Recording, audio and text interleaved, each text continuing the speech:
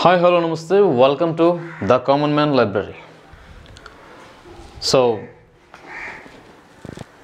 ప్రతి ఒక్కరి జీవితంలో కూడా గెలుపోవటంలు అనేవి సహజంగానే ఉంటాయి. సో అది ఏ రంగమైనా కావచ్చు. సో జీవితంలో ప్రతి క్షణం ప్రతిరోజు ఒక పోరాటంగానే భావించాలి. ఈ పోరాటంలో గెలుపోవటంలు అనేవి సహజంగా ఉంటాయి. ప్రతి ఒక్కరూ కూడా గెలవాలనే తాపత్రయంతోనే గెలవాలనే ఆలోచనతోనే బరిలోకి దిగుతారు. కానీ గెలుపు మాత్రం ఒక్కరికే సొంతం అవుతుంది. అయితే ఇప్పుడు ఈ టాపిక్ ఏంటంటే, నేను దేని గురించి మాట్లాడాలనుకుంటున్నానంటే 2019 ఎలక్షన్లో భారీ విజయంతో ప్రభుత్వాన్ని స్థాపించినటువంటి మన జగన్మోహన్ రెడ్డి గారు 2024 ఎలక్షన్స్కి వచ్చేసరికి ఎందుకు భారీ అతి ఘోరంగా ఓటమి పాలయ్యారు అనే విషయాన్ని ఒక కామన్ మ్యాన్గా, ఒక సామాన్యునిగా, ఒక పౌరునిగా నేను నా ఆలోచనని మీతో పంచుకోవాలనుకుంటున్నాను. ఒక పౌరునిగా, ఒక సామాన్యుడిగా మనం ఎన్నుకున్న గవర్నమెంట్ నుండి మనం ఎలాంటివి ఆశిస్తాం అనే విషయాలు ఇక్కడ నేను మాట్లాడడం జరుగుతుంది. సో నా ఒపీనియన్, నా వ్యక్తిగత ఒపీనియన్ని నేను ఇక్కడ షేర్ చేయదలుచుకుంటున్నాను. సో నేను చెప్పే విషయాల్లో ఏమైనా చిన్న చిన్న పొరపాట్లు ఏమైనా ఉంటే క్షమించండి, ఆలోచించండి. నేను చెప్పింది ఎంతవరకు వాస్తవం, ఎంతవరకు అవాస్తవం అనే విషయాల్ని మీరు తెలియజేయాలి. Thank you so much. So ఇక టాపిక్లోకి వెళ్దాం. గత రాజకీయ చరిత్రలో ఏ గవర్నమెంట్ కూడా, ఏ రాజకీయ నాయకుడు కూడా పొందని అత్యంత మెజారిటీ సీట్లను పొంది అతి భారీ విజయంతో ప్రభుత్వాన్ని స్థాపించినటువంటి 2019లో ప్రభుత్వాన్ని స్థాపించినటువంటి జగన్మోహన్ రెడ్డి గారు, మన వైసీపీ గవర్నమెంట్ 2024 వచ్చేసరికి 2024 సంవత్సరంలో జరిగిన ఎన్నికల్లో అతి ఘోరంగా ఓడిపోవడానికి కారణాలు ఏమై ఉంటాయి? ఇప్పటికే ప్రతి ఒక్కరూ చాలా అనాలిసిస్ చేశారు, చాలా విషయాలు చెప్పారు. సో ఒక సామాన్యునిగా, ఒక పౌరునిగా నా ఆలోచన, ఎందుకంటే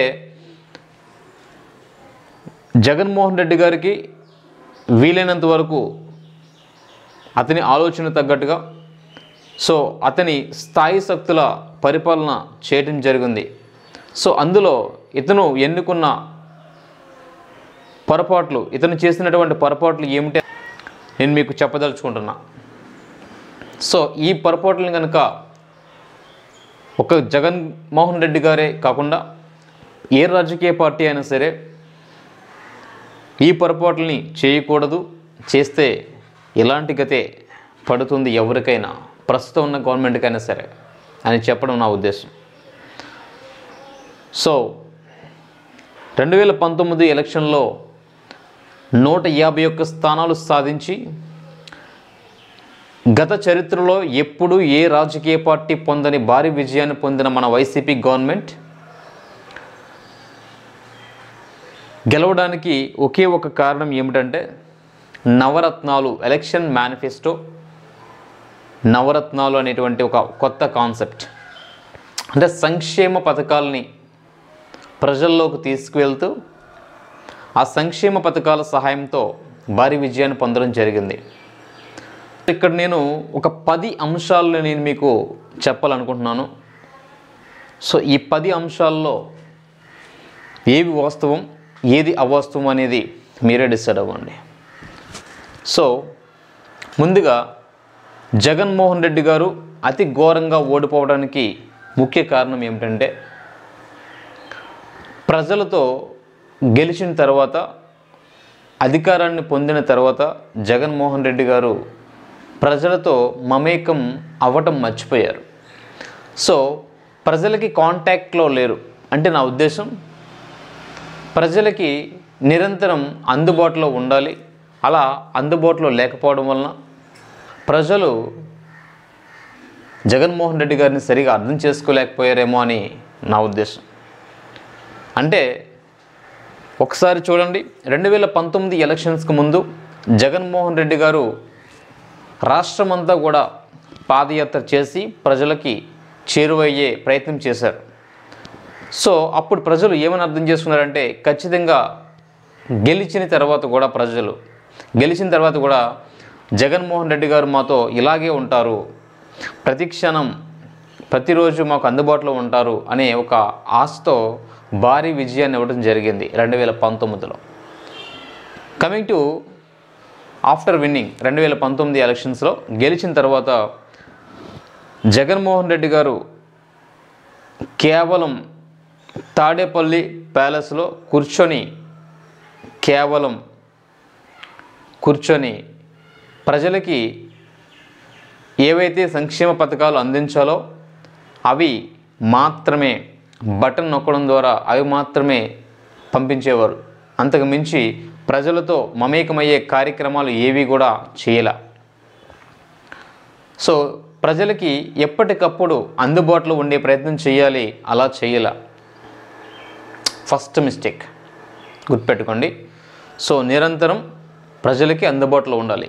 కమింగ్ టు ఇప్పుడు ఎన్డీఏ గవర్నమెంట్ ఏం చేస్తుంది మీరు ఒకసారి ఆలోచిస్తే, ఇప్పుడు ప్రస్తుతం ఉన్న ఎన్డీఏ గవర్నమెంట్ ఏం చేస్తుందంటే, అప్పుడు జగన్మోహన్ రెడ్డి గారు ఏదైతే పొరపాటు చేశారో ఆ పొరపాటుని ఇప్పుడు ప్రస్తుతం ఉన్నటువంటి ఎన్డీఏ గవర్నమెంట్ చేయట్లా. ప్రతి క్షణం ప్రతిరోజు కూడా ప్రజలకి అందుబాటులో ఉంటున్నారు. ముఖ్యమంత్రి దగ్గర నుంచి ఎమ్మెల్యే వరకు ప్రతి ఒక్కరు కూడా ప్రతిరోజు కూడా ప్రజలకి అందుబాటులో ఉంటున్నారు. ప్రతిరోజు కూడా ప్రెస్ మీట్ పెట్టి ఏం జరుగుతుంది, ఈ నెల మొత్తం ఏం జరిగింది అభివృద్ధి, సో ఈ నెల మొత్తం మేము తీసుకున్న నిర్ణయాలు ఏంటి, రాష్ట్రంలో ఏ కార్యక్రమాలు నిర్వహిస్తున్నాం, రాష్ట్రంలో రోడ్ల పరిస్థితి ఏంటి, రాష్ట్రంలో ఎక్కడైనా పొరపాట్లు జరిగితే ఆ పొరపాట్లకు సంబంధించి కూడా వివరణ ప్రజల ముందుకు వచ్చి మీడియా ముందుకు వచ్చి వివరణ ఇచ్చేటువంటి పరిస్థితి ఈరోజు మనం చూస్తూ ఉన్నాం. సో ఇదే సిచ్యువేషన్ జగన్మోహన్ రెడ్డి గారి గవర్నమెంట్లో ఉంటే బాగుండేదేమో. కానీ అతని దురదృష్టం ఏంటంటే, గెలిచిన తర్వాత గెలవక ముందు ఎలా ఉన్నారో గెలిచిన తర్వాత దానికి పూర్తి వ్యతిరేకంగా ప్రజలకి కనీసం అందుబాటులో లేకుండా పోవడం అనేది జరిగింది. సో ఇది చాలా first and most important point అనమాట. మైనస్ ఎవరు, జగన్మోహన్ రెడ్డి గారిలో ఉన్నటువంటి మైనస్. ప్రజలకి అందుబాటులో లేకపోవడం, ఎప్పటికప్పుడు పరిపాలన గురించిన వివరాలు ప్రజలకి తెలియజేయకపోవడం, మీడియా సమావేశాలు నిర్వహించకపోవడం. సో ఇలా ఇటువంటి ప్రజలతో ఇంటరాక్షన్ అనేది తగ్గిపోయింది అనేది నా ఉద్దేశం. అందువల్లనే బహుశా జగన్మోహన్ రెడ్డి గారిని ప్రజలు సరిగా అర్థం చేసుకోలేకపోయారేమో అని నా ఉద్దేశం. ఇక కమింగ్ టు సెకండ్ పాయింట్, ఇక రెండో విషయానికి వస్తే, సో జగన్మోహన్ రెడ్డి గారు కేవలం తను ఏదైతే నమ్ముకున్నాడో నవరత్నాలు అనేటువంటి ఒక వెల్ఫేర్ స్కీమ్స్ని తీసుకొచ్చాడో, సో కేవలం వాటిపైన మాత్రమే ఆధారపడి డెవలప్మెంట్ని పూర్తిగా, రాష్ట్ర అభివృద్ధిని పూర్తిగా, ఫిజికల్ డెవలప్మెంట్ ఏదైతే ఉంటుందో, okay, so industrial or infrastructural development ఏదైతే ఉంటుందో దాన్ని పూర్తిగా విస్మరించారు. సో ఈ డెవలప్మెంట్ అనే మాటని పూర్తిగా విస్మరించడం వలన ప్రజలు ఒక డిసిషన్కి వచ్చారు, ఇతను హయాంలో కనీసం అభివృద్ధి కార్యక్రమాలు ఏమీ కూడా చేయలేడేమో, సో అభివృద్ధికి సంబంధించిన ఆలోచనలు ఏమీ కూడా ఇతనికి లేవేమో. సో ఇండస్ట్రియల్ కావచ్చు, ఇన్ఫ్రాస్ట్రక్చర్గా కావచ్చు, సో రోడ్స్ కావచ్చు, whatever it may be, so అభివృద్ధి కార్యక్రమాలు ఏవి కూడా ఇతని హయాంలో జరగట్లేదు అనే ఒక నమ్మకాన్ని ప్రజలు ఏర్పరచుకున్నారు. సో ఒక విధంగా అది జగన్మోహన్ రెడ్డి గారికి మైనస్ అవుతుంది. ఎందుకంటే ప్రజలు ఏమి ఎక్స్పెక్ట్ చేస్తారు, సంక్షేమ పథకాలు ఎంతైతే అవసరం ఉందో అభివృద్ధి కూడా అంతే అవసరం. ప్రతి ఒక్కరు కూడా ఆలోచిస్తారు. సో సంక్షేమ పథకాలు మీరు ఎన్ని ఇచ్చినప్పటికీ హ్యాపీగా తీసుకుంటారు, బట్ ఆలోచిస్తారు. సంక్షేమ పథకాలతో పాటు మనకి అభివృద్ధి కూడా కావాలి, సో ఇండస్ట్రీస్ రావాలి. సో ఇవన్నీ ఆలోచన చేసిన తర్వాత రెండూ కూడా సమన్వయంగా తీసుకువెళ్ళే సమర్థత జగన్మోహన్ రెడ్డి గారి దగ్గర ఉంటే 2024లో కూడా అతను గెలిచి ఉండేవాడేమో. బట్ అభివృద్ధి అనే మాట ఏ రోజు కూడా జగన్మోహన్ రెడ్డి గారి నోట రాలేదు, అటువంటి కార్యాచరణ కూడా జరగలేదు అతని హయాంలో. సో దట్ అది కూడా ఒక మైనస్ అయిందేమో అని నా ఉద్దేశం. మీరేమనుకుంటున్నారో కామెంట్లో తెలియచేయండి. ఇక థర్డ్ థింగ్, మూడవ అంశం ఏమిటంటే, ఒక చిన్న కుటుంబం నడవాలన్నా, ఒక దేశం నడవాలన్నా సరైన ఫైనాన్షియల్ మేనేజ్మెంట్ అనేది ఉండాలి. అంటే కేవలం జగన్మోహన్ రెడ్డి గారి హయాంలో ఏం జరుగుతుందంటే, సంక్షేమ పథకాలు ఇవ్వాలి కాబట్టి, మాట తప్పకూడదు కాబట్టి అప్పు చేసైనా సరే ఈ యొక్క సంక్షేమ పథకాలను ఎప్పటికప్పుడు ప్రజలకు చేరవేయాలి అనే ఆలోచనలో మాత్రమే జగన్మోహన్ రెడ్డి గారు ఉండేవారు, కేవలం అప్పులు చేసి. సో ఈ విపరీతమైన అప్పులు చేయటం అనేది కూడా ప్రజల్లోకి ఒక నెగిటివిటీని తీసుకువెళ్ళింది.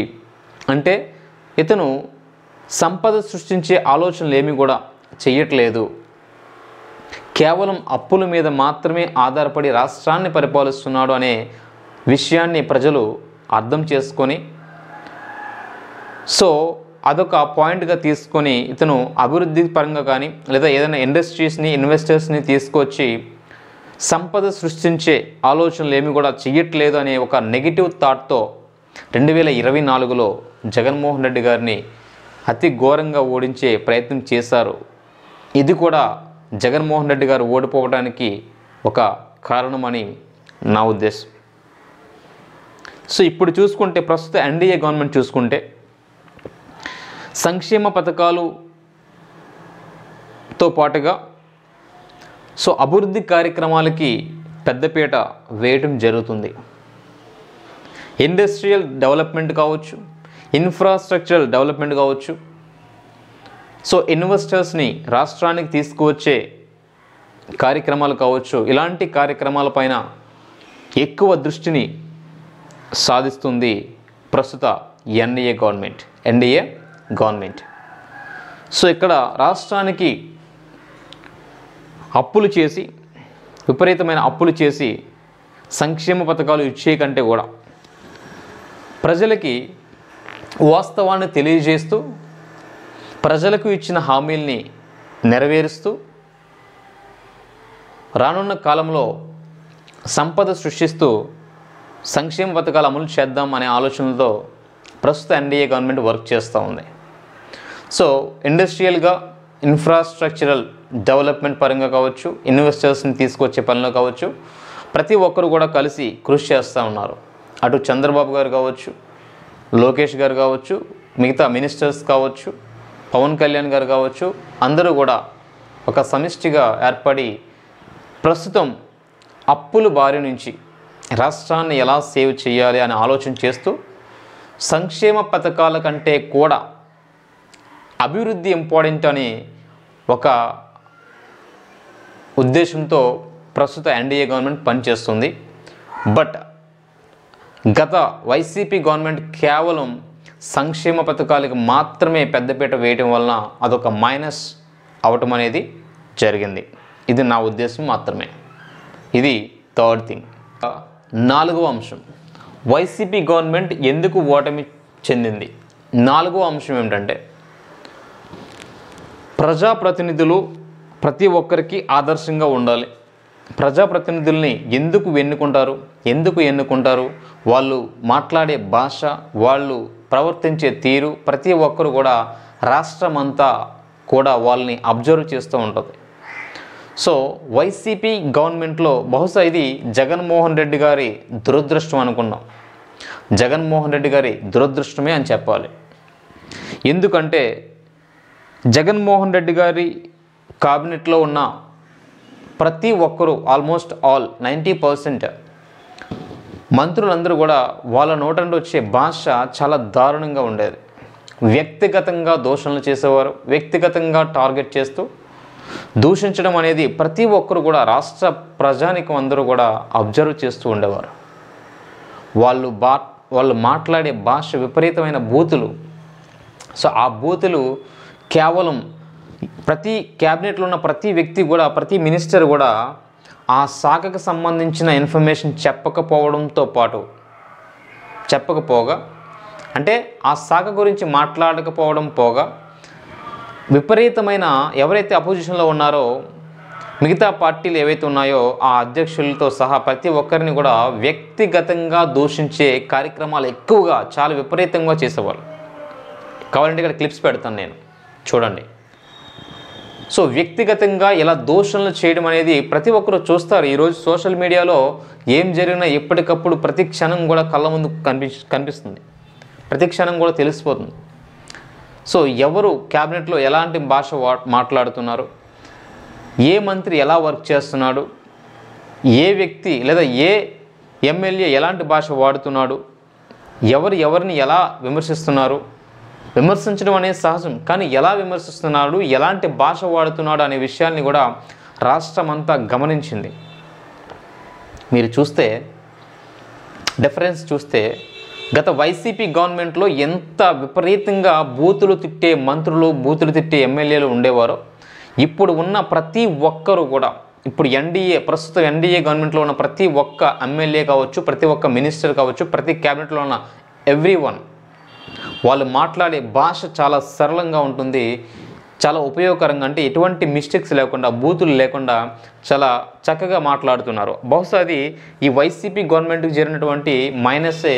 వీళ్ళు దాన్ని పాజిటివ్గా తీసుకొని దాన్ని పాజిటివ్గా మార్చుకున్నారేమో అనిపిస్తుంది. ఒకవేళ చిన్న చితక గతంలో మాట్లాడిన టీడీపీలో కూడా చాలామంది మాట్లాడిన వాళ్ళు ఉన్నారు, కానీ ఇప్పుడు ప్రస్తుతం ఉన్నటువంటి క్యాబినెట్ చాలా చక్కగా ఎవరు కూడా వాళ్ళ శాఖకు సంబంధించి తప్ప వాళ్ళ శాఖ గురించి మాత్రమే మాట్లాడుతున్నారు, చాలా సరళమైన భాషతో మాట్లాడుతున్నారు. కానీ గతంలో అలా మాట్లాడేవారు కాదు.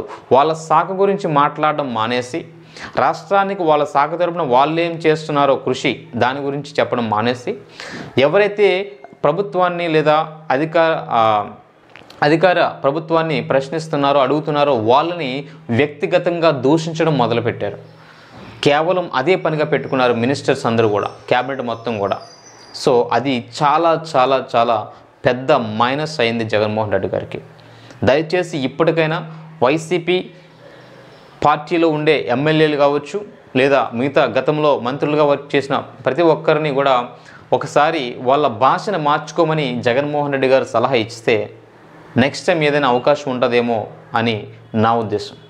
సో ప్రస్తుతం ఉన్న సమాజంలో మనం మాట్లాడే భాష కూడా చాలా ఇంపార్టెంట్. పైగా మీరు ప్రజాప్రతినిధులు కాబట్టి మీరు మాట్లాడే భాష చాలా ఉన్నతంగా ఉండాలి, ఆదర్శప్రాయంగా ఉండాలి, చాలా సరళంగా ఉండాలి, ప్రతి ఒక్కరూ మిమ్మల్ని ఆదర్శంగా తీసుకునేటట్టు ఉండాలి. సో అది ఒకటి బాగా మీకు మైనస్ అయిందనేది నా ఉద్దేశం. 5వ అంశం ఏమిటంటే జగన్మోహన్ రెడ్డి గారు ఓడిపోవడానికి కారణమైనటువంటి 5వ అంశం, ప్రజలకి ఎప్పటికప్పుడు వాస్తవాల్ని తెలియచేయాలి. సో ప్రభుత్వ ఖజానాలో ఎంత డబ్బులు ఉన్నాయి, లేదా ఆ డబ్బుల్ని దేనికి ఖర్చు పెడుతున్నాము, సో మనకి సెంట్రల్ గవర్నమెంట్ నుంచి ఎటువంటి ఫండ్స్ వస్తున్నాయి, లేదా మనకి కంపెనీస్ ఏమైనా వస్తున్నాయా, సో ఇలాంటి విషయాలు ఏవైనా సరే, ఏమైనా ఇండస్ట్రీస్ ఏమైనా వస్తున్నాయా, ఇలాంటి విషయాలు ఏవి కూడా గత వైసీపీ గవర్నమెంట్లో ప్రజలకి ఏ రోజు ప్రెస్ మీట్ పెట్టి చెప్పిన దాఖలు లేవు. సో బహుశా ఇదొక మైనస్ పాయింట్గానే పరిగణించాలి. ఎందుకంటే ప్రభుత్వంలో ప్రజాప్రతినిధులు ఎన్నుకున్న తర్వాత వాళ్ళు ఏం చేస్తున్నారు, వాళ్ళ కార్యాచరణ ఎలా ఉంది, ఈ నెల మొత్తం వాళ్ళు చేసిన అభివృద్ధి ఏమిటి, నెక్స్ట్ నెల ఏం చేయబోతున్నారు, ఈ సంవత్సరం మొత్తం చేసిన అభివృద్ధి ఏంటి, ఈ 6 నెలల్లో చేసిన అభివృద్ధి ఏంటి, ఇలా ప్రతి ఒక్క విషయాన్ని కూడా, ప్రతి ఒక్క అంశాన్ని కూడా ప్రజల ముందుకి ఎప్పటికప్పుడు తీసుకువచ్చి ప్రెస్ మీట్లు పెట్టో, లేదంటే ఏదైనా మీటింగ్స్ ఏర్పాటు చేసుంటే ప్రజలకు తెలియజేసుంటే, ఈ వాస్తవాలను తెలియజేసుంటే ప్రజలు అర్థం చేసుకునే వాళ్ళేమో అని నా ఉద్దేశం. కానీ జగన్మోహన్ రెడ్డి గారి దురదృష్టం ఏంటంటే ఏ రోజు కూడా ప్రెస్ మీట్ పెట్టిన దాఖలు లేవు. ప్రభుత్వాన్ని ఏర్పాటు చేసిన తర్వాత జగన్మోహన్ రెడ్డి గారు ప్రెస్ మీట్లు పెట్టలేదు. సో ప్రజలకి ఎప్పటికప్పుడు ఏం జరుగుతుంది అనే విషయాన్ని తెలియజేసే ప్రయత్నం నాట్ ఓన్లీ జగన్మోహన్ రెడ్డి గారు, ఆ క్యాబినెట్లో మినిస్టర్స్ కావచ్చు, ఎవరు కూడా తెలియజేసే ప్రయత్నం చేయకపోవడం వలన ప్రజలకి ఏ అంశాలు క్లారిటీ ఉండేది కాదు. సో ఇదొక మైనస్ పాయింట్గానే పరిగణించాలి వైసీపీ గవర్నమెంట్. సో బహుశా ప్రస్తుతం ఉన్నటువంటి ఎన్డీఏ గవర్నమెంట్ అనేది ఏం చేస్తుంది అంటే, సో ఎప్పటికప్పుడు అది వీక్లీ కావచ్చు, మంత్లీ కావచ్చు, 2 months ఒకసారి కావచ్చు, సో ఎప్పటికప్పుడు ప్రెస్ కాన్ఫరెన్స్ పెడుతూ ఏం జరుగుతుంది, ఏం చేస్తున్నాం అనే అంశాలను మొత్తం కూడా ఎప్పటికప్పుడు తెలియజేస్తున్నారు. సో లోకేష్ గారు కావచ్చు, పవన్ కళ్యాణ్ గారు కావచ్చు, చంద్రబాబు గారు కావచ్చు, ప్రతి క్షణం కూడా ప్రజల ముందు ఉంటున్నారు మినిస్టర్స్ అందరూ కూడా. సో అక్కడున్న మైనస్నే వీళ్ళు ప్లస్గా మార్చుకుంటున్నారు. సో దట్ ఇది ఒక ప్లస్ పాయింట్ అవుతుంది ఎన్డీఏ గవర్నమెంట్కి. సో అది మైనస్ అవుతుంది వైసీపీ గవర్నమెంట్కి. నెక్స్ట్ అంశం ఏంటంటే 6th పాయింట్, జగన్మోహన్ రెడ్డి గారు ఓడిపోవడానికి కారణమైన 6వ అంశం ఏమిటంటే రాష్ట్రంలో ఉండే ప్రతి పౌరునికి కూడా వాళ్ళు స్వేచ్ఛగా వాళ్ళ అభిప్రాయాన్ని తెలియజేసే హక్కు వాళ్ళకు ఉంది. రాజ్యాంగం మనకు కల్పించిన హక్కు అది. సో దాన్ని హరించే ప్రయత్నం చేసింది వైసీపీ గవర్నమెంట్. అంటే నా ఉద్దేశం ఏంటంటే వైసీపీ గవర్నమెంట్లో ఏదైనా ఒక తప్పు జరిగితే సో దాన్ని ఎత్తి చూపే అవకాశం ప్రజలకు ఇవ్వాల. నా ఉద్దేశం ఏంటంటే ఇప్పుడు పొరపాటు చేయడం సహజం, అది ఏ గవర్నమెంట్ అయినా సరే 100% న్యాయం చేయలేదు ప్రజలకి. సో మన వైసీపీ గవర్నమెంట్లో జరిగినటువంటి కొన్ని లోపాలు కావచ్చు, ఏదైనా అంశాలపైన రాష్ట్ర పౌరులు సామాన్యులు ఎవరైనా సరే మాట్లాడే ప్రయత్నం చేస్తే చేయడానికి అవకాశం ఇచ్చేవారు కాదు. వాళ్ళపైన కేసులు పెట్టడం కానీ, వాళ్ళని బెదిరించడం కానీ, సో ఇలాంటి కార్యక్రమాలు చేయడం వలన బహుశా ప్రజల్లో ఒక భయానకమైనటువంటి పరిస్థితి ఏర్పడింది. అమ్మో, మనం ఏదైనా మన సమస్యను మనం చెప్తే మనల్ని ఏమైనా చేస్తారేమో, మనల్ని ఏమైనా అంటారేమో, మన పైన కేసులు పెడతారేమో అనే అపోహ కావచ్చు, నిజం కావచ్చు. కానీ ఈ యొక్క ఆలోచన అనేది రాష్ట్ర ప్రజల్లో కలిగింది. సో అలా కలగడం అనేది కూడా ఒక నెగిటివిటీ. ఎప్పుడు కూడా ప్రభుత్వం ప్రజలకి మిత్రుల వలె ఉండాలి. అంటే ప్రజా సమస్యలు మీ దృష్టిలోకి వస్తే ఇంకా మీరు వాటిని సాల్వ్ చేయడానికి, దానిపైన కృషి చేయడానికి మీకు ఒక ప్లస్ పాయింట్ అవుతుంది వింటే. సో సామాన్యులు మాట్లాడడం అనేది ప్రభుత్వానికి ఒక మంచి అంశమే. కానీ దాన్ని వైసీపీ గవర్నమెంట్ యాక్సెప్ట్ చేయలేకపోయింది. సో చాలామంది ప్రభుత్వానికి వ్యతిరేకంగా ఏదైనా చిన్న లోటుపాట్లు ఉన్నప్పుడు వాటిని తెలియజేసే ప్రయత్నం చేసేటోళ్ళు. సో అలాంటి వాళ్ళని ఈ గవర్నమెంట్ ఏం చేస్తుండేది, కేసులు పెట్టడం, బెదిరించడం, రౌడీలు, వైసీపీ ముసుగులో కొంతమంది రౌడీ లాంటి వాళ్ళు రావడం, సో వాళ్ళని బెదిరించడం, సో ఇలాంటి కార్యక్రమాలు చేయడం వలన ప్రజల్లో ఒక భయాందోళనకరమైన పరిస్థితి ఏర్పడింది. సో బహుశా అది కూడా ఒక మేజర్ కారణం కావచ్చు, ప్రధానమైన కారణం కావచ్చు. సో ప్రజలకు ఇప్పుడు కూడా స్వేచ్ఛనివ్వాలి, వాళ్ళ సమస్యలను చెప్పుకొనివ్వాలి. దాని పట్ల మీరు ఏ పరిష్కారాన్ని చూపిస్తారో మీరు చెప్పాలి. అంతే ప్రశ్నించకూడదు అనేటువంటి అంశాన్ని ప్రజల్లోకి తీసుకువెళ్ళకూడదు ఏ ప్రభుత్వం అయినా సరే. బహుశా ప్రస్తుత గవర్నమెంట్ చూసుకుంటే, సో ఎవరైతే ఇక్కడ ప్రస్తుత ఎన్డీఏ గవర్నమెంట్లో ఎవరైనా సరే వాళ్ళ అభిప్రాయాన్ని స్వేచ్ఛగా చెప్పనిస్తుంది, స్వేచ్ఛగా ప్రశ్నించడానికి అవకాశం ఇస్తున్నారు. అలా ఇవ్వాలి అంటున్నాను నేను. సో ప్రతి ఒక్కరికి కూడా వాళ్ళ స్వేచ్ఛని, వాళ్ళ అభిప్రాయాన్ని చెప్పే వ్యక్తిగత స్వేచ్ఛ ఉంటుంది. ఆ స్వేచ్ఛకి ఎవరు కూడా భంగం కల్పించకూడదు. అలా కల్పిస్తే ప్రజల్లో ఒక ఆలోచన అనేది వస్తుంది, బయటికి చెప్పకపోయినప్పుడు కూడా. బహుశా వైసీపీ గవర్నమెంట్లో అది కూడా ఒక మైనస్గానే మనం భావించాలి. బయటికి చెప్పకపోయినప్పటికీ సైలెంట్గా ఉంటూ ఎలక్షన్లో చెప్దాం వీళ్ళ పని అని సైలెంట్గా ఉండి ఎలక్షన్ వచ్చేసరికి నెగిటివ్గా మీకు వ్యతిరేకంగా ఓటు వేసి మిమ్మల్ని దించే ప్రయత్నం చేస్తారు. సో దయచేసి ఎప్పుడైనా సరే గతంలో జరిగినటువంటి మిస్టేక్స్ని మీరు ఇప్పుడు చేయకుండా ఉంటే సో భవిష్యత్తులో మీరు మళ్ళీ వచ్చే అవకాశం ఉంటుంది, మరలా మీ గురించి ఆలోచించే అవకాశం ఉంటుంది. సో మన మిస్టేక్స్ని మనం రెక్టిఫై చేసుకుంటే ముందుకు వెళ్ళగలం. కానీ వీళ్ళు మన మిస్టేక్స్ చెప్తున్నారని చెప్పేసి వాళ్ళపైన నెగిటివ్ థాట్స్ని కనుక మనం చూపించగలిగితే మనం ఎప్పటికీ ముందుకు వెళ్ళలేం. సో నా ఉద్దేశం ఏంటంటే మనం ఎందువల్ల ఓడిపోయాం, ఏంటి పొరపాట్లు జరిగాయి అనేటువంటి గ్రౌండ్లో ఏం జరుగుతుంది, అంటే గ్రౌండ్ లెవెల్లో ఏం జరుగుతుందనే విషయాలు హైకమాండ్ స్థాయికి వెళ్ళకపోవచ్చు, అంటే జగన్మోహన్ రెడ్డి గారి దృష్టికి వెళ్ళకపోవచ్చు. సో అందువలన సరిగా అతను ప్రజల్ని అర్థం చేసుకోలేకపోయి ఉండొచ్చు. సో చివరిగా ఫలితం అయితే అందరూ అనుభవించాల్సిందే, తప్పదు. ఓకే, సో ఇదొక కారణం. సో ప్రజలకు ఇప్పుడు కూడా ఏమి ఇవ్వాలంటే స్వేచ్ఛని ఇవ్వాలి, వాళ్ళ అభిప్రాయాలను వాళ్ళని స్వేచ్ఛగా చెప్పనివ్వాలి. అప్పుడు మాత్రమే మన పట్ల వాళ్ళకి ఒక సానుభూతి లేదంటే ఒక పాజిటివ్ ఆలోచనలు అనేవి ఉంటాయి. ఓకే, సో ఇది కూడా ఒక కారణం అని నేను చెప్తున్నా. అవునా కాదనేది మీరే ఆలోచించండి.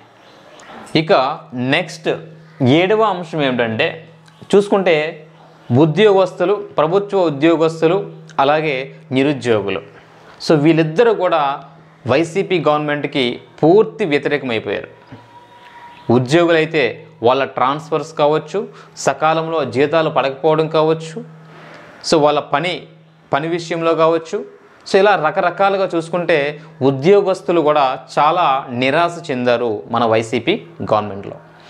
అలాగే ప్రతి సంవత్సరం జాబ్ క్యాలెండర్ రిలీజ్ చేస్తామని చెప్పి నవరత్నాల్లో ఒకటి అది చెప్పి, సో అలాగే ప్రతి సంవత్సరం మెగా డిఎస్సి తీస్తామని చెప్పేసి ఎలక్షన్ మేనిఫెస్టోలో ఇచ్చినటువంటి జగన్మోహన్ రెడ్డి గారు ఒక్క హామీని కూడా నెరవేర్చకపోవడంతో నిరుద్యోగుల్లో ఒక అసంతృప్తి రావడం వలన నిరుద్యోగులందరూ కూడా చాలా ముక్త కంఠంతో ఈ యొక్క వైసీపీ గవర్నమెంట్ని దించాలి అని డిసైడ్ అయ్యారు.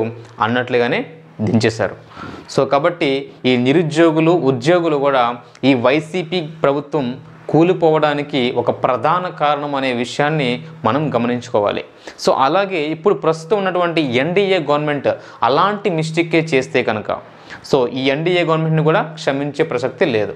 సో ఇచ్చిన ప్రతి హామీని నెరవేర్చాలి. ముఖ్యంగా నిరుద్యోగులకి ఏదైతే ఇచ్చారో ఈ మెగా డిఎస్సి కావచ్చు, 20 లక్షల ఉద్యోగాలు కావచ్చు, ఏవైతే ఉన్నాయో వాటిని ఖచ్చితంగా ఈ 5 సంవత్సరాల్లో ఖచ్చితంగా ఇంప్లిమెంట్ చేయాలి. అమలు చేస్తేనే మీ పట్ల సానుభూతి చూపిస్తారు. లేదనుకుంటే వైసీపీకి పట్టిన గతే ఏ గవర్నమెంట్కైనా సరే, ఈవెన్ ఎన్డీఏ గవర్నమెంట్కైనా సరే పట్టుద్ది. ఇందులో ఎలాంటి మొహమాటం పడరు సామాన్యులు. ఒక సామాన్యుడిగా నేను చెప్తున్నాను. ఓకే, సో కాబట్టి ఇటువంటి మిస్టేక్స్ మీరు చేయకండి అని నా సలహా. ఇక 8వ అంశం, జగన్మోహన్ రెడ్డి గారు ఎందుకు ఓడిపోయారు అంటే 8వ అంశంగా నేనేం చెప్పాలనుకుంటున్నాను, గ్రామ స్థాయిలో ఉండేటువంటి నాయకులు, గ్రామ సర్పంచ్ కావచ్చు, ఎంపీటీసీ కావచ్చు, వీళ్ళందరూ ఎవరైతే ఉన్నారో వీళ్ళని ఈ యొక్క ఎమ్మెల్యేలు కానీ రాష్ట్ర ప్రభుత్వం కానీ పట్టించుకోవటం మానేసింది అని వైసీపీ కార్యకర్తలే స్వయంగా చెప్పిన ఎన్నో అంశాలు మనం చూస్తూ ఉన్నాం. ఎంతోమంది సర్పంచులు జగన్మోహన్ రెడ్డి గారికి వ్యతిరేకంగా వైసీపీ సర్పంచులే పోరాటాలు చేశారు. అంటే ఇక్కడ ఏంటి, జగన్మోహన్ రెడ్డి గారు ఒక సచివాలయ వ్యవస్థ అనే వ్యవస్థను తీసుకురావడం జరిగింది, మనందరికీ తెలిసిందే. గతంలో పంచాయతీరాజ్ వ్యవస్థ ఏదైతే ఉందో దానికి భిన్నంగా లేదనుకుంటే సో ఈ యొక్క కొత్త వ్యవస్థను తీసుకురావడం వల్ల ఈ పంచాయతీరాజ్ వ్యవస్థ ఏదైతే ఉందో ఈ పంచాయతీరాజ్ వ్యవస్థను పూర్తిగా నిర్వీర్యం చేసే ప్రయత్నం మన వైసీపీ గవర్నమెంట్ చేసింది. అది మీకు తెలిసిన విషయమే. అలాగే పంచాయతీరాజ్ శాఖకు సంబంధించిన నిధులు కానీ సో పంచాయతీరాజ్ వ్యవస్థ సంబంధించిన ఏ విషయాలు కూడా వైసీపీ గవర్నమెంట్ పట్టించుకోవడం మానేసింది. కేవలం వాలంటీర్ వ్యవస్థ, కేవలం సచివాలయం వ్యవస్థ పైన మాత్రమే పూర్తిగా డిపెండ్ అయ్యి ఈ గ్రామ సర్పంచులు, ఎంపీటీసీలు, జడ్పీటీసీలు వీళ్ళని పూర్తిగా పట్టించుకోకపోవడం కూడా ఒక ప్రధానమైన కారణమే వైసీపీ గవర్నమెంట్ ఓడిపోవడానికి, వైసీపీ పార్టీ ఓడిపోవడానికి, అధికారాన్ని కోల్పోవడానికి ఇది కూడా ఒక ప్రధానమైన కారణం అనేది నా ఉద్దేశం. మరి మీ ఉద్దేశం ఏమిటనేది కామెంట్లో తెలియచేయండి. 9వ అంశం, ముఖ్యంగా జగన్మోహన్ రెడ్డి గారికి ఒక విధంగా చెప్పాలి అంటే మైనస్సే. ఏంటంటే మీడియా, సాక్షి మీడియా. సో మీ సాక్షి మీడియానే మీకు ఒక ప్రధానమైన మైనస్గా కనిపిస్తుంది. ఎందుకంటే సాక్షి ఛానల్ కావచ్చు, సాక్షి పేపర్ కావచ్చు, కేవలం మీకు పాజిటివ్గా మాత్రమే అది అవునా కాదనేది కూడా ఆలోచించకుండా అన్ని విషయాల్ని ప్రచురించడం మానేసి కేవలం జగన్మోహన్ రెడ్డి గారి గురించి మాత్రమే రాస్తే ప్రతి ఒక్కరిలో ఒక నెగిటివిటీ అనేది స్టార్ట్ అవుతుంది. సో మీ సాక్షి పేపర్ని చూడడం మానేస్తారు, సాక్షి ఛానల్ని చూడడం మానేస్తారు. సో కేవలం సాక్షి ఛానల్లో విషయాలన్నీ కూడా అన్నీ అబద్ధాలే, అన్నీ ఫేక్ న్యూస్ చెప్తారు, ఫేక్ వార్తలు చెప్తారు, వాస్తవాలను చెప్పరు అనే ఒక ఆలోచన సామాన్యులు, పార్టీ కార్యకర్తల పక్కన పెడితే వాళ్ళు ఎప్పుడు చూస్తారు. కానీ సామాన్యులు ఎవరైతే న్యూట్రల్గా ఉంటారో వాళ్ళకి కూడా మీ ఛానల్ చేసేటువంటి న్యూస్ ఒక విధంగా నెగిటివిటీని క్రియేట్ చేసిందనే ఉద్దేశం నాకైతే కలిగింది. ఎందుకంటే సాక్షి ఛానల్లో వచ్చే ప్రతి న్యూస్ కూడా వాస్తవాలను చెప్పడానికంటే కూడా మీ డబ్బా మీరు కొట్టుకోవడం ప్రయత్నం చేస్తారు. అంటే ఎప్పుడు మిమ్మల్ని మీరు పొగుడుకోవడమే కాకుండా ఆపోనెంట్స్ ఎవరైతే ఉంటారో వాళ్ళని తీవ్రంగా క్రిటిసైజ్ చేస్తారు. తప్పు లేదు, కానీ కొన్ని వాస్తవాల్ని కూడా చెప్పాలి మీడియాగా. సో సాక్షి మీడియాలో వాస్తవాల కంటే కూడా మీ డబ్బాలు కొట్టుకోవడమే ఎక్కువగా ఉంటుంది. సో ఈ వాస్తవాన్ని ఎవరైతే గ్రహిస్తారో వాళ్ళు సాక్షి ఛానల్ని చూడడం మానేస్తారు. సో అది మీకు మైనస్ అవుతుంది ఒక విధంగా చెప్పాలి అంటే.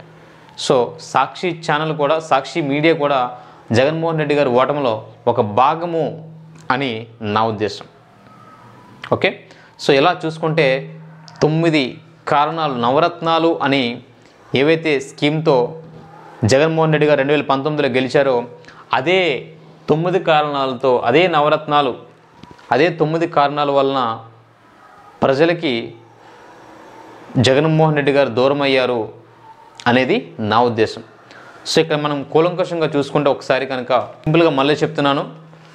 సో జగన్మోహన్ రెడ్డి గారు ఇండస్ట్రియల్గా కావచ్చు, ఇండస్ట్రియల్ డెవలప్మెంట్ లేదు, ఇన్ఫ్రాస్ట్రక్చర్ డెవలప్మెంట్ లేదు. ఓకే, సో ఇటువంటి అభివృద్ధికి సంబంధించిన కార్యక్రమాలు చేయకపోవడం వలన ఫెయిల్ అయ్యారు. ఇటువంటి ఇన్వెస్టర్స్ని కూడా, కొత్త ఇన్వెస్టర్స్ని తీసుకురాకపోవడం వలన కూడా జగన్మోహన్ రెడ్డి గారు ఫెయిల్ అయ్యారు. ఇంకా జాబ్స్ క్రియేషన్ అనేది జగన్మోహన్ రెడ్డి గారి గవర్నమెంట్లో జరగలేదు. కేవలం సచివాలయ వ్యవస్థ మాత్రమే అతను చేసినటువంటి జాబ్స్. సో మిగతా ఏ జాబ్స్ కూడా వైసీపీ గవర్నమెంట్ హయాంలో జరగలేదు. సో చూసుకుంటే విపరీతమైనటువంటి అన్ఎంప్లాయ్మెంట్ ఎక్కువగా పెరిగిపోయింది. నెక్స్ట్ చూసుకుంటే రోడ్స్ అండి. సో రోడ్స్ అనేవి ఎక్కడ చూసినా సరే చాలా దారుణంగా పాడైపోయి గుంతలతో రోడ్లు మొత్తం కూడా ఒక పెద్ద చెరువుల్లాగా, వర్షాకాలం వస్తే చెరువులుగానే కనిపించేవి. సో కాబట్టి రోడ్ల వ్యవస్థ మొత్తం కూడా నిర్వీర్యం అయిపోయింది మన వైసీపీ గవర్నమెంట్లో. సో దాన్ని కూడా పట్టించుకొని ఉంటే, రోడ్లు కనుక వేసి ఉంటే కొంచెం సానుభూతి కలిగి మరికొన్ని సీట్లు వచ్చే అవకాశం ఉండేదేమో అని నా ఉద్దేశం. సో కాబట్టి రోడ్ల వ్యవస్థ కూడా బాగా నిర్వీర్యం అయిపోయింది. అందువలన కూడా జగన్మోహన్ రెడ్డి గారికి రాష్ట్ర ప్రజలు వ్యతిరేకంగా ఓటు వేశారేమో అనేది నా ఉద్దేశం. రాష్ట్రానికి కేంద్ర ప్రభుత్వం నుంచి చాలా నిధులు వస్తూ ఉంటాయి. సో వాటిని మరలించే ప్రయత్నం చేశారు జగన్మోహన్ రెడ్డి గారు. కేవలం ఏ నిధులు వచ్చినా, సపోజ్ ఇప్పుడు అమరావతికి ఏమైనా నిధులు ఇచ్చినా, పోలవరం ప్రాజెక్ట్ కోసం ఏమైనా నిధులు ఇచ్చినా, సో ఇలా రాష్ట్రానికి వచ్చినటువంటి ఆ నిధుల్ని కూడా డైవర్షన్ చేసేవాళ్ళు. వేటికి?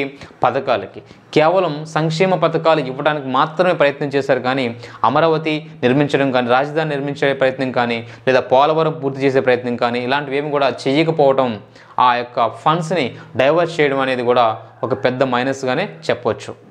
సో బహుశా ఇప్పుడు ప్రస్తుతం ఉన్నటువంటి ఎన్డీఏ గవర్నమెంట్లో చంద్రబాబు గారు దేనికైతే కేటాయించిన ఫండ్స్ వాటికి ఉపయోగించే ప్రయత్నం చేస్తున్నారు. సో అమరావతి రాజధాని డెవలప్మెంట్ కోసం ఇచ్చిన ఫండ్స్ కావచ్చు, లేదా పోలవరం ప్రాజెక్టుకి ఇచ్చినటువంటి ఫండ్స్ కావచ్చు, వాటి కోసం మాత్రమే, వేటి కోసం ఉద్దేశించారో వాటికి మాత్రమే ఖర్చు పెట్టే ప్రయత్నం చేస్తున్నారు. సో రీసెంట్గా మనం చూసాం. సో దాని గురించి కూడా నేను ఒక వీడియో చేస్తాను, మాట్లాడతాను. సో కానీ వైసీపీ గవర్నమెంట్లో మాత్రం ఇలా జరగలేదు. ఏ ఫండ్స్ వచ్చినప్పటికీ కూడా వాటన్నింటినీ కూడా కేవలం సంక్షేమ పథకాలు ఇవ్వడం కోసమే ఉపయోగించుకునేవారు. అదొక భారీ మైనస్గానే చెప్పుకోవాలి. సో ప్రతి సామాన్యుడు కూడా ఏం ఆలోచిస్తాడంటే, సో జనరల్గా మన రాష్ట్ర ఆర్థిక వ్యవస్థ మొత్తం నిలబడేది మద్యం పైన కాదని ఎవరు కూడా చెప్పలేం. సో అలాంటి మద్యం పైనే మనకి అత్యధిక ఆదాయం వస్తుంది కాబట్టి, సో కేవలం మద్యం ధర విపరీతంగా పెంచేసి కొత్త బ్రాండ్స్ తీసుకురావడం యొక్క ప్రజల్లో తీవ్రమైన వ్యతిరేకత అనేది రావడం జరిగింది. సో విపరీతమైన మద్యం ధరలు, అదేవిధంగా కొత్త బ్రాండ్లు, వాళ్ళకి సామాన్యులకి ఏదైతే అలవాటైన బ్రాండ్స్ ఉన్నాయో అవి తీసేసి వాటి స్థానంలో కొత్త బ్రాండ్స్ని ఇంట్రడ్యూస్ చేయడం అనేది ప్రజలు జీర్ణించుకోలేకపోయారేమో బహుశా. అదేవిధంగా మద్యం ధరలు విపరీతంగా పెంచేయడం కూడా ప్రజలు జీర్ణించుకోలేకపోయారు. సో ఇది కూడా జగన్మోహన్ రెడ్డి గారు ఓటమికి ఒక కారణంగానే మనం చెప్పుకోవాలి. సో అదేవిధంగా మన వైసీపీ గవర్నమెంట్లో land and sand mafia, so ల్యాండ్కి సంబంధించి కావచ్చు, శాండ్కి సంబంధించి కావచ్చు, మినిస్టర్స్ వీళ్ళందరూ ఏం చేస్తుండేవాళ్ళు, ఎమ్మెల్యేస్ కానీ వీళ్ళందరూ సో ల్యాండ్ మాఫియా చేస్తుండేవారు, శాండ్ మాఫియా చేస్తుండేవారు. సో దీనిపైన కూడా ప్రజలు తీవ్రమైన అసంతృప్తితో ఉండేవారు. సో ఈ విషయాలన్నీ కూడా గ్రౌండ్ లెవెల్లో ఏవైతే జరుగుతున్నాయో ఈ విషయాలు మొత్తం కూడా బహుశా జగన్మోహన్ రెడ్డి గారు చూసుకోలేకపోయారు. అతను కేవలం సంక్షేమ పథకాలు ఇస్తున్నాం కదా, సో ప్రజలు మన పక్షానే ఉన్నారు అనే ఒక భ్రమలో ఉండేటోళ్ళు ప్రతి రోజు కూడా. మనం ప్రజలతో మమేకం కాకపోయినప్పటికీ కూడా, ప్రజల పక్షంలో నిలబడకపోయినప్పటికీ కూడా, ప్రజలకు అందుబాటులో లేకపోయినప్పటికీ కూడా సంక్షేమ పథకాలు ఇస్తున్నాం కదా, సో వీళ్ళు మనకు మళ్ళీ ఓట్లేసి మళ్ళీ గెలిపిస్తారనే ఒక అపోహలో జగన్మోహన్ రెడ్డి గారు ఉండేవారు. సో అలా ఉండటం వల్లనే ఈరోజు జగన్మోహన్ రెడ్డి గారు కేవలం 11 సీట్లకే పరిమితం అయిపోయారు. సో సరైన నాయకత్వం లేదు. నా ఉద్దేశం జగన్మోహన్ రెడ్డి గారు మాత్రమే కాదు, తర్వాత నాయకత్వం ఏమిటి, జగన్మోహన్ రెడ్డి గారికి సరైన సలహాలు సూచనలు చెప్పేటోళ్ళు ఎవరు లేరు. జగన్మోహన్ రెడ్డి గారికి వ్యతిరేకంగా కాకపోయినా కనీసం గ్రౌండ్ లెవెల్లో, గ్రామ స్థాయిలో ప్రజలు, రాష్ట్రంలో ఉన్నటువంటి ప్రతి ఒక్కరు ఏమనుకుంటున్నారు ఏంటి అని రియల్ రిపోర్ట్స్ని అందించేటోళ్ళు లేకపోవడం అనేది కూడా జగన్మోహన్ రెడ్డి గారికి ఒక ప్రధాన మైనస్ అనేది నా ఉద్దేశం. సో గ్రామ స్థాయిలో కావచ్చు, ఆ యొక్క గ్రౌండ్ లెవెల్లో గ్రామ స్థాయిలో కావచ్చు, ఏదైనా సరే ఏమనుకుంటున్నారు, వాళ్ళ ఒపీనియన్ ఎలాగుంది పరిపాలన పట్ల, సో మన పట్ల ఎలా ఉంది అనే ఒక గ్రౌండ్ రియాలిటీ అనేది జగన్మోహన్ రెడ్డి గారి దగ్గరికి వెళ్ళలేదు. అదైతే నేను పక్కా చెప్పగలను. సో వెళ్ళుంటే బహుశా అతను సరిదిద్దుకునేవాడేమో, ఆలోచన చేసేవాడేమో. బహుశా ఇవన్నీ కూడా తన చుట్టూ ఉన్న ప్రతి ఒక్క మినిస్టర్స్ కావచ్చు, ఎమ్మెల్యేస్ కావచ్చు, వాళ్ళందరూ ఎప్పుడు నిరంతర భజన చేయడానికే ఉన్నారు తప్ప ఎవరు కూడా ఉన్న లోపాలేంటి, వాస్తవాలు ఏంటి అనే విషయాల్ని తెలియజేసే ప్రయత్నం చేయలే. బహుశా జగన్మోహన్ రెడ్డి గారు ఓడిపోవడానికి కేవలం ఈ క్యాబినెట్ ఏదైతే ఉందో, ఈ క్యాబినెట్ మొత్తం కూడా ప్రధానమైన ప్రాబ్లం. జగన్మోహన్ రెడ్డి గారు బాగానే చేసినప్పటికీ కూడా సో రియాలిటీని వీళ్ళు మొత్తం కూడా కప్పిపుచ్చేసి ఏం చేశారంటే అతనికి తెలియజేయకుండా, అతనికి తెలియనివ్వకుండా చేసేశారు. అతని కళ్ళు కప్పేశారు అబద్ధాలతో, పొగడ్తలతో. సో ఇలాంటి చాలా విషయాలు, చాలా కారణాలు జగన్మోహన్ రెడ్డి గారు ఓటమికి కారణాలు అయ్యాయి. సో దయచేసి వీటన్నిటిని రెక్టిఫై చేసుకోండి. ఇలాంటి వాళ్ళకి మరలా అవకాశాలు ఇవ్వకండి, వీలైతే ఇవ్వకండి. సో చాలామంది సామాన్యులు ఉన్నారు, వాళ్ళని తీసుకోండి, వాళ్ళకి అవకాశాలు ఇవ్వండి. ఖచ్చితంగా రానున్న రోజుల్లో మీరు నిరంతరం ప్రజల్లో మమేకం అయితే మీకు మంచి అవకాశాలు వచ్చే అవకాశం ఉంది. So thank you so much. So నేను చెప్పినటువంటి ఈ కారణాల్లో ఏ కారణం అయి ఉంటుంది అని మీరు అనుకుంటున్నారు అనేది కామెంట్లో తెలియజేయండి. Thank you so much. జై జనసేన, జై హింద్.